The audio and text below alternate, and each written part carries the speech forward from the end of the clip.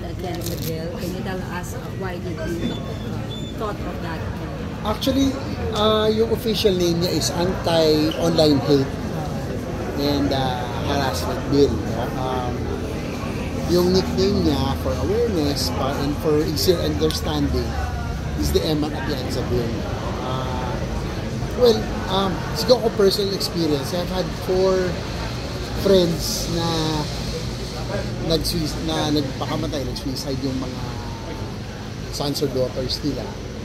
And anyway, well, as a result of yung fear of backlash online and social media, parang nakakalungkot kasi medyo fragile yung mga bata ngayon na talagang buhay nila yung social media.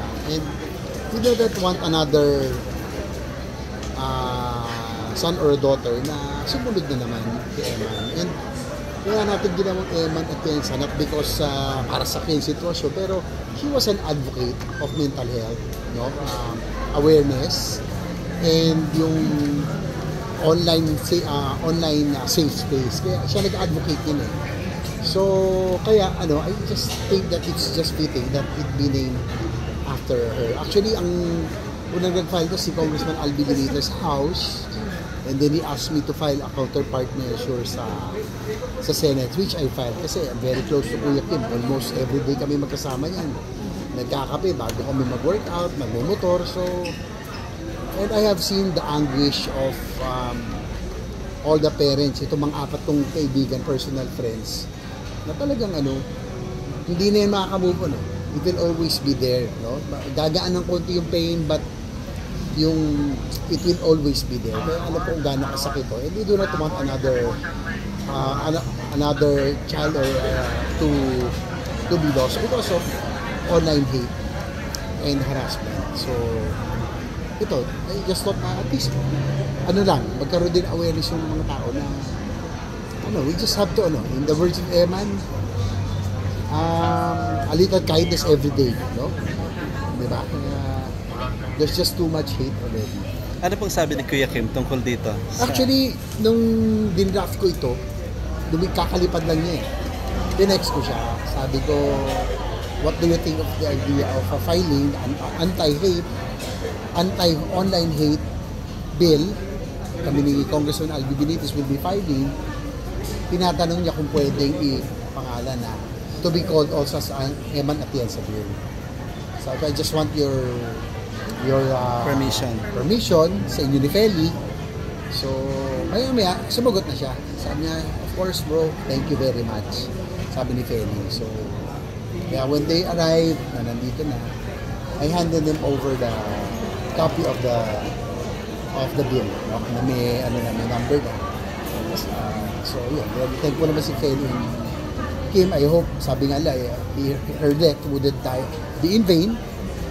Sana ito na yung maging simula na talagang awareness and kontrahin yung hate, too much hate and harassment sa social media. Konting details lang, Senator, na yung laman ng Well, ang maraming sasabi kasi meron ng redundant may anti-cyberbullying na. Pero kasi in this bill, in particular bill, it defines yung what is hate and harassment. So magkakaroon din ng karampatang mga penalties. Siguro i-deactivate yung mga accounts kung talagang mapapatunayan. Pero kung sino man, ano man, paano yung mechanics ito, that we will find out. We will invite stakeholders, yung mga experts, of course. Kasama na rin yung mga yung mga psychiatrists, psychologists, who would know more or are in authority to talk about mental health, kasi hindi naman natin linya yan. So lang to, this is just a draft bill. Wala pang final, so we have to hear the opinions of the experts and the stakeholders. Gaano kalaki po yung chance na ma-approve po ito at gaano katagal po kayo? Well, ang realistic na isang bill, at least about 2 years bago makapasa kasi both houses pa, magkakaroon ng 3 hearings pa yan. So, very tedious, matagal ng lawmaking. So, pero sana, because of the, I would say that, yung pong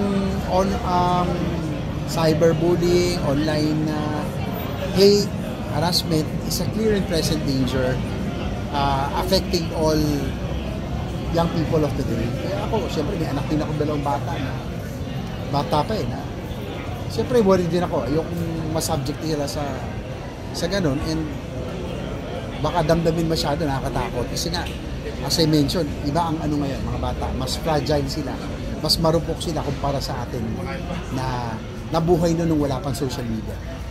Senator JB, what can you say regarding the opinions of netizens na we should be going after the root cause, which is yung pagiging mahal nga ng mental health care, and if Well, to file a bill to lower the health care? Well, that's the reason, Yeah. sabay-sabayan natin na ipasa. I principally author and sponsor the Universal Healthcare Law, yung National Integrated Cancer Control Act, kasi mahal din ang cancer. Yes. No, at least with the passage of this bill, merong cancer assistance fund, research para bumaba yung cost ng cancer. Kasama rin yung national, yung itong mental health law 2019 with the aim of establishing mental health units in selected hospitals, no, public hospitals, para lahat magkaroon ng access kahit sa probinsya. And hopefully, ang key naman dito is funding, no, na hopefully with that happen to Eman, may it help create awareness, magkakaroon tayo ng suporta ngayon kung sakaling we will make an amendment na lang to augment yung mental health law para madagdagan yung pondo for those mabigyan assistance, those who need help. Kasi kailangan siguro sa atin awareness din sa ating mga Pilipino that it's okay not to be okay. Sabi nga na hindi masamang pumunta sa psychologist, sa psychiatrist, to seek counseling, kasi minsan hindi pa hindi pa accepted sa atin yun. Akala pag pupunta ka sa psychologist, psychiatrist, baka isipin meron kang something, di ba? Hindi yun, no?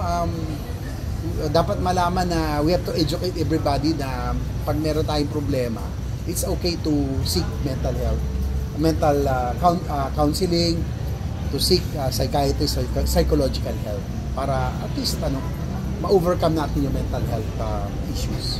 So, JB, kayo ba, how do you take care of your mental health? Siguro para mabawasan, siguro I'm in politics. I'm also subject to online bullying, harassment. Tinitignan ko na lang yung reaction pag kung may social media, hindi ko na binabasa yung comments kasi maapektuhan ka para mabawasan yung toxicity. Life is already toxic as it is because of the situation now. So, para mabawasan, huwag na lang kayo magbasa masyadong comments. Madalas naman, okay naman. So, but that's life Parang ganun Titignan mo na yung reactions pag mas marami talaga yung likes. And so happy ka na nun. Diba? Talagang, meron kasi talagang iba parang basta lang may masabi. Yun ang nakakasakit doon na sana mabawasan natin. Let us learn from what Eman has espoused and advocated. Let us give a little kindness every day. Yun lang. There's just too much hate already in social media. Thank you po, Senator. Thank you po.